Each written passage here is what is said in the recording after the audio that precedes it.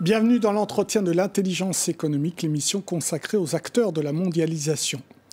Parfois, la compétition devient mortelle. Malgré la concurrence et l'innovation, les constructeurs automobiles ont du mal à respecter les normes d'émissions de polluants. Du coup, certains trichent, comme l'a montré le scandale du Dieselgate impliquant le géant Volkswagen. Alors, que faut-il faire? Punir plus sévèrement les fraudeurs ou jeter tous nos espoirs dans le progrès technique? Pour répondre à cette question, je reçois Laurent Castagnède, ingénieur et auteur d'un livre intitulé « Hervor ou la face obscure des transports », un ouvrage publié aux éditions Éco-Société. Bonjour. Bonjour. Alors, ce qui est étrange dans votre livre, là, c'est qu'on lit que les premières seulement réglementations sur les polluants automobiles datent seulement de 1960 et qu'elles nous viennent des États-Unis. Oui, elles datent des années 60. Alors, l'automobile, elle était née à la fin du 19e siècle. Ben oui. Ce qui est très étonnant, c'est même à la fin du 19e siècle, il n'y avait que quelques milliers de voitures en circulation. Il y avait déjà des prototypes de catalyseurs. Et en fait, tout ça s'est tombé dans l'oubli, d'autant plus que dans les années 20, on a rajouté du plomb dans l'essence, ce qui les empêche de fonctionner. Et effectivement, les premières normes sont apparues aux États-Unis dans les années 60. En fait, à partir des années 40, aux États-Unis, il y a eu des épisodes de smog qui étaient très réguliers. En Californie, vous aviez, dans les années 50, un jour sur deux avec du smog à Los Angeles. À cause des automobiles. À cause d'eux, des études ont montré qu'effectivement, au départ, les industriels étaient pointés du doigt. Donc, on a diminué les émissions, notamment d'hydrocarbures des industriels. Et puis, on s'est vite rendu compte que c'était l'automobile. Dans un premier temps, on s'est rendu compte que c'était d'abord les émissions d'essence, en fait, l'évaporation de l'essence par les carburateurs. Donc, on a pris des mesures, les constructeurs ont été obligés de prendre des mesures pour éviter ces émanations d'essence. Mais ensuite, on s'est rendu compte que le smog évoluait et c'était devenu un smog lié aux oxydes d'azote, dont on a reparlé beaucoup récemment. Et donc, il y a eu les premières réglementations qui sont apparues aux États-Unis à la fin des années 60 pour justement essayer de forcer les constructeurs américains à traiter le sujet. Et pourquoi il faut attendre 10 ans supplémentaires pour que ces réglementations arrivent en Europe? Oui, alors c'est vrai que les constructeurs à l'époque, dans les années 50 et 60 américains, en fait, ils n'avaient pas envie de traiter le sujet de la pollution, ni de la sécurité d'ailleurs. En fait, ne serait-ce que les accidents de la route à l'époque, c'était des accidents de la route. C'était la faute de la route, c'était la faute du conducteur, surtout pas des voitures. Et en fait, il y a une dizaine d'années qui ont été perdues, tant sur la sécurité passive d'ailleurs que sur la pollution, par des constructeurs qui ne voulaient pas s'occuper du sujet pour ne pas renchérir leur voiture de ces dispositifs. Alors, dès cette époque, 60, 70 en Europe, est-ce qu'on est suffisamment sévère dans la lutte contre les émissions de polluants? Mais alors, ce qui se passe, c'est qu'effectivement, les normes vont se sévériser tous les 5 ans. On n'est pas assez sévère. Alors après, il y a la technologie aussi à l'époque. C'est surtout les catalyseurs au départ qui sont finalement... Bon, il y a des modifications moteurs aussi, mais qui sont le support de cette réduction. Mais il faut voir aussi que le parc n'arrête pas d'augmenter en nombre. Donc même si individuellement, les véhicules sont un petit peu moins polluants, après, il va falloir distinguer les polluants, c'est-à-dire entre les oxydes d'azote. Alors les particules, on n'en parle pas trop parce qu'au départ, comme vous dites, c'est aux États-Unis où là-bas, il n'y a pas de diesel. Mais en fait, le diesel va beaucoup se développer en Europe et aussi au Japon à la faveur du fait qu'on développe des centrales nucléaires. On se retrouve avec des excédents de fuel. Et les constructeurs automobiles proposent finalement de développer le diesel pour l'automobile, ce que vont refuser les Américains. On a fait le travail sur le plomb. Alors sur le plomb, oui, parallèlement, effectivement, on sait depuis des décennies que le plomb dans l'essence empêche le fonctionnement des catalyseurs. Donc en fait, c'est à la fois l'émergence des catalyseurs et le retrait du plomb dans l'essence. Les deux vont aller de pair. Alors, ce progrès technologique, on y a cru. Est-ce que pour autant, les constructeurs respectaient les normes différentes qui ont eu lieu en Europe, aux États-Unis?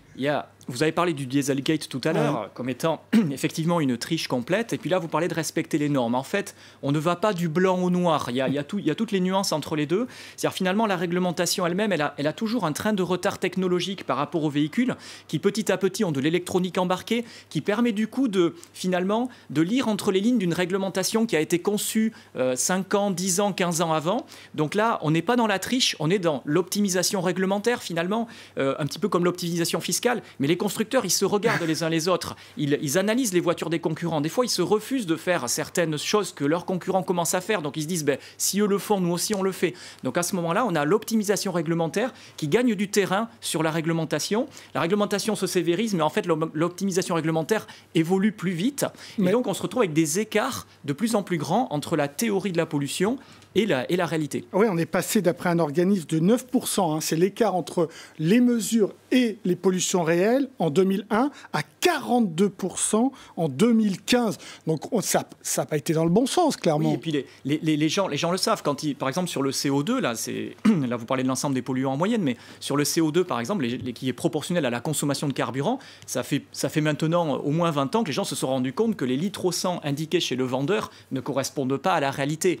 Effectivement, les essais sont faits dans des conditions aseptisées de laboratoire qui sont effectivement de plus en plus décalées par rapport au regard de cette optimisation. Volkswagen a triché. C'est pas l'optimisation. Voilà. Là, c'est carrément de la triche, puisqu'il s'agit de développer un calculateur moteur qui a 2 programmes. Un qui va fonctionner, la voiture va détecter le fait qu'elle est dans un laboratoire en train de passer un essai, ou alors qu'elle n'y est pas, donc elle est sur la route.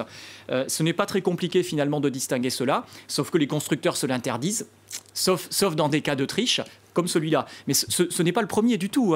Les cas de triche... Il y a une liste très longue. Peu d'années après les premières réglementations automobiles, il y a déjà les cas de triche. La différence, et donc on en est à peu près au 10e, la liste est dans le livre avec les détails, mais la différence, c'est qu'en fait, à peu près les factures, en fait, les amendes, alors sachant que les amendes, souvent... La plupart sont aux États-Unis, ont été négociées avec les constructeurs pour éviter le procès. On va utiliser le mot d'amende. La facture gagne 1,0 à peu près tous les 10 ans. Donc aujourd'hui, on parle en dizaines de milliards de dollars, alors qu'il y a 30 ans, 40 ans, on parlait en dizaines de millions de dollars. Alors, ça veut dire qu'on a poussé trop loin les exigences pour dépolluer et que la technologie n'était pas là pour suivre les normes qui étaient trop dures. C'est ça, et du coup, on a obligé à tricher ou pas? Non, pas forcément. C'est vrai que le fait de sévériser les normes, c'est pas évident votre question, de sévériser les normes, effectivement, vous pouvez penser que ça pousse à la tricherie. Non, je pense qu'on n'a peut-être pas été assez sévère. Dans les premiers cas de triche sur les consommations de carburant, parce qu'il faut savoir qu'au début du XXe siècle, il y avait des compétitions automobiles de consommation de carburant. Et dès l'époque, il y a les premiers cas de triche que je raconte dans le livre. Et les journalistes de l'époque commencent à dire qu'il faudrait carrément interdire à ces constructeurs de fabriquer ces voitures si on les prend la main dans le sac. Alors aujourd'hui, c'est vrai que quelques dizaines de milliards de dollars, manifestement Volkswagen va s'en sortir. Alors, c'est des dizaines de milliards de dollars qui sont liés à 600 000 voitures aux États-Unis, 100 000 au Canada, alors qu'il y en a 11 millions dans le monde qui sont concernés. Donc, pour l'instant, les 10 millions d'autres n'ont quasiment pas eu de conséquences financières. Vous êtes ingénieur, vous y croyez aux tests nouveaux qui seront faits dans des conditions normales à peu près de circulation, même si, d'après ce que je comprends, ça ne sera pas en ville, ça sera sur autoroute? Non, ça sera sur route, mais dans des conditions quand même, alors déjà qui deviennent très complexes, c'est-à-dire que l'ancien cycle d'homologation, certes, il était un peu simpliste, il avait le mérite d'être compréhensible par vous comme par moi, alors que le nouveau, là, on est dans une complexité, on a l'impression que le cycle va devenir le domaine des ingénieurs motoristes, le domaine réservé. Ensuite, vous avez parlé de pourcentage d'écart qui a augmenté de 9 à 40. Effectivement, ce nouveau cycle va permettre de réduire ce pourcentage de 40, mais les spécialistes commencent à dire qu'effectivement, on va le réduire, mais l'optimisation réglementaire, elle va quand même continuer, donc l'écart va repartir à la hausse dans quelques années. Donc, il ne faut pas donner un chèque en blanc sur ces nouvelles normes. D'accord, donc on ne croit pas forcément aux promesses de progrès technique, c'est ce que vous nous dites. Non, parce que c'est la promesse. Maintenant, ça y est, c'est clair, c'est tout électrique et on ne sera pas polluant. Sur la promesse, l'intérêt du livre, qui quand même balaye 2 siècles d'historique, c'est de se demander simplement, est-ce qu'il n'y a pas ce type de promesses qui ont déjà été faites plusieurs fois par le passé, et si plusieurs fois ça s'est révélé des échecs, comme par exemple le mythe de Sisyphe sur le diesel, mais du coup, on ne va pas dire que ça sera forcément un échec aujourd'hui, mais il faut se permettre d'en douter. Voilà. Ensuite, il y a une réponse possible qui est de se dire, pour ne plus avoir de gaz d'échappement polluant, on n'a qu'à faire que des voitures électriques. Il n'y a pas de pot d'échappement, donc il n'y a pas de pollution. Alors déjà, c'est un raccourci un peu rapide, parce que pour fabriquer l'électricité supplémentaire dans le monde, ça va être essentiellement des centrales au charbon, donc c'est quand même pas le moyen le plus propre. Et ensuite, le deuxième sujet, c'est que les batteries nécessitent beaucoup de métaux, notamment des métaux rares. On n'a pas sur la planète à disposition suffisamment de métaux à extraire dans les 20-30 prochaines années pour aller substituer 1 milliard de voitures, et je ne vous parle pas des centaines de millions de camions, de 2 roues, et ensuite tous les objets nomades qui eux aussi appellent des batteries. On parle du lithium, du cobalt, mais aussi du cuivre dans ses ressources les plus concentrées. Donc voilà, on a un problème de métaux, donc il ne faut pas imaginer qu'on va tous demain avoir une voiture électrique. Alors vous dites, nos normes augmentent, on est de plus en plus sévère sur les normes anti-pollution aux États-Unis, en Europe. Qu'est-ce qu'on fait de nos vieilles voitures? Est-ce qu'elles partent pas dans des continents où les normes sont un peu moins sévères? Oui, alors c'est vrai qu'on va être un petit peu dur sur le sujet, mais dans notre société de consommation, on critique beaucoup le jetable. Et en fait, là, on est dans un système aujourd'hui où les systèmes de dépollution deviennent tellement fragiles, tellement coûteux, que finalement on se demande si de mettre des primes à la casse sur des véhicules qu'on a jugés pourtant pas trop polluants il y a 10 ou 15 ans, et on force les gens à les changer, on les met à la casse, est-ce qu'on n'a pas créé la voiture jetable? Ou alors sinon on va se dire, non, c'est quand même juste à cause du moteur et la ligne d'échappement, jeter entièrement une voiture à la poubelle.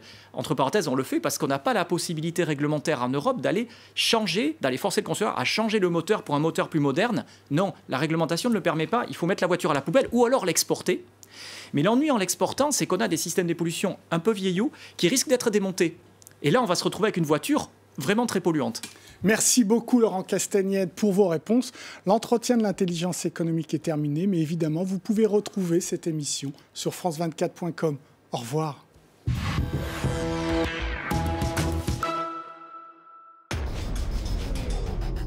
Cap Amérique, présenté par Elisabeth Alain. Du Grand Nord canadien jusqu'à Ushuaïa, toute l'actualité politique, économique, culturelle et sociale du continent américain. Cap Amérique à regarder sur France 24 et france24.com.